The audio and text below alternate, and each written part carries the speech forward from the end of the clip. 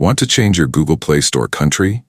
If you've moved to a new region or want access to country-specific apps, you can update your Play Store location easily. Let me show you how step by step. But before we begin, make sure to subscribe to the channel for more helpful tech guides. Step 1. Open the Google Play Store on your Android device. Step 2. Tap on your profile icon in the top right corner.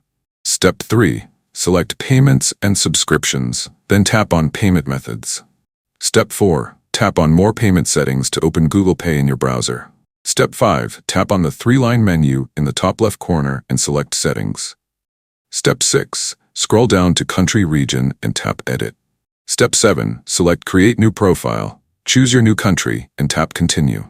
After that, add new address and information and click on Submit. That's it. Now your Play Store location will be changed.